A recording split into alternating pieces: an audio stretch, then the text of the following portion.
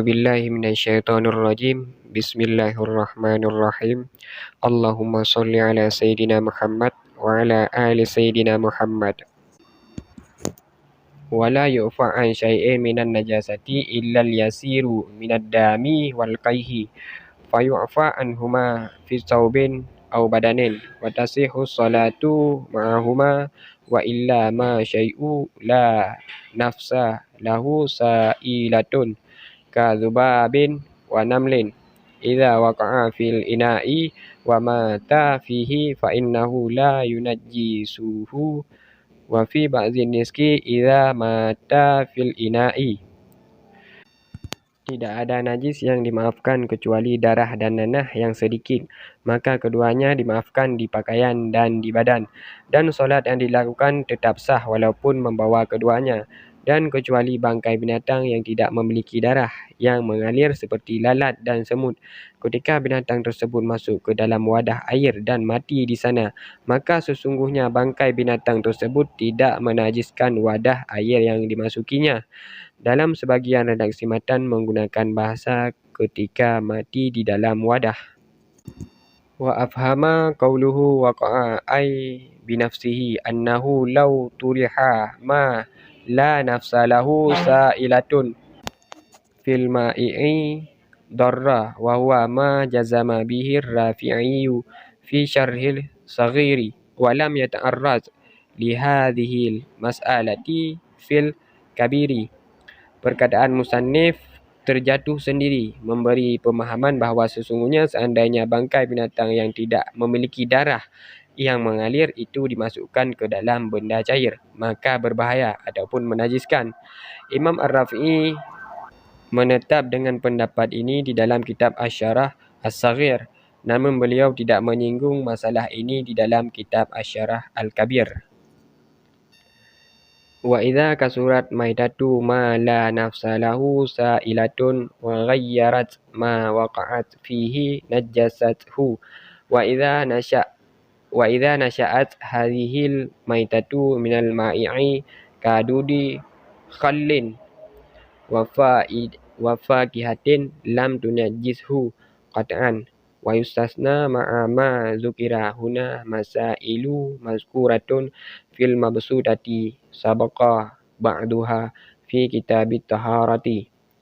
Ketika bangkai binatang yang tidak dimiliki darah yang mengalir itu berjumlah banyak dan berubah sifat cairan yang dimasukinya, maka bangkai itu menajiskan benda cair tersebut.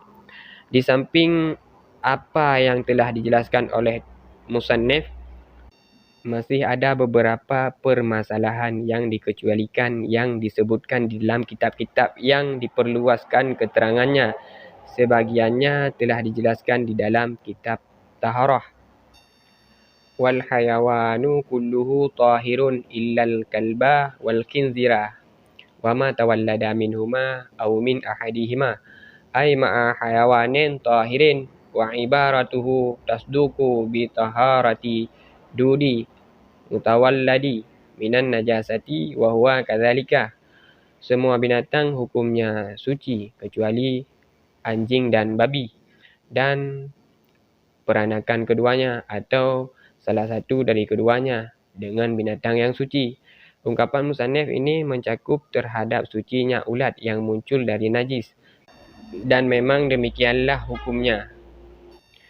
Wal maitatu kulluha najisatun illa samaka wal jarada wal adamiyya wa fi ba'dhi niski ibna adama ay maitata kullin minha fa innaha tahirun. Bangkai semuanya hukumnya adalah najis kecuali bangkai ikan dan bangkai belalang dan anak Adam. Dalam sebagian redaksi matan diungkapkan dengan bahasa Ibni Adam. Maksudnya bangkai masing-masing barang di atas, maka sesungguhnya hukumnya suci. Wa yughsalul ina'u min wulughil kalbi wal khinziri sab'a marratin bima'in tahirin ihdahunna mashubatun bit turabit tahuri ya'ummul mahallal mutanajjisa. Fa in kanal mutanajjisu bima dzukira fi ma'in jarin kadirin kafa mururu sab'i jarayatin alaihi bila ta'firin wa idza lam tazul ainun najasatil kalbiyati illa bisitti ghasalatin masalan fusibat kulluha ghaslatan wahidatan wal ardu turabiyatu la yajibu turabu fiha alal asahi. Wadah yang terkena liur anjing atau babi maka harus dibasuh 7 kali dengan menggunakan air yang suci menyucikan. Salah satu basuhan dicampur dengan debu suci menyucikan yang merata ke seluruh tempat yang terkena najis. Jika barang yang terkena najis tersebut dibasuh dengan air mengalir yang keruh, maka cukup mengalirnya air tersebut 7 kali tanpa harus dicampur dengan debu. Ketika benda najis anjing tersebut belum hilang kecuali dengan 6 basuhan semisal, maka seluruh basuhan dianggap 1 kali basuhan. Tanah yang berdebu yang terkena najis ini tidak wajib diberi debu saat membasuh menurut kaul asah. Wa yughsalu min sa'iri ay baqil najasati maratan wahidatan wa fi ba'dhin niski maratan ta'ti alaihi wa thalasu wa fi ba'dhin niski wa salasatu bitta'i afdalu. Untuk najis-najis yang lain maka cukup dibasuh 1 kali yang dialirkan pada najis tersebut. Dalam sebagian redaksi matan menggunakan bahasa marratan ataupun sekali. 3 kali di atas as-salasatu. Basuhan adalah lebih utama dalam sebagian redaksi matan menggunakan bahasa as-salasatu dengan menggunakan ta di akhirnya. Wa'lam anna ghusalatan najasati ba'da taharati mahalli maghsuli tahiratun inim fasalat ghaira mutaghayyiratan wa lam yazid waznuha ba'da infisaliha ama kana ba'da i'tibari miqdari ma yatasharrabuhul maghsulu minal ma'i hadza illam yablugh kullataini fa in balaghahuma fasyartu adamu taghayyuri. Ketahuilah sesungguhnya air basuhan najis setelah sucinya tempat yang dibasuh hukumnya adalah suci. Jika air tersebut terpisah dari tempat yang dibasuh dalam keadaan tidak berubah dan tidak bertambah ukurannya dari kadar ukuran sebelumnya besertaan menghitung kadar air yang diserap oleh tempat yang dibasuh. Hal ini jika air basuhan tersebut tidak mencapai 2 kullah. Jika mencapai 2 kullah maka syaratnya adalah tidak berubah. Walamma faraqal musannifu mimma yathuru bil ghasli syara'a fima yathuru bil istihalati wa hiya inqilabu syai'i min sifatin ila sifatin ukhra. Faqala wa idza takhallalatil khamratu wa hiya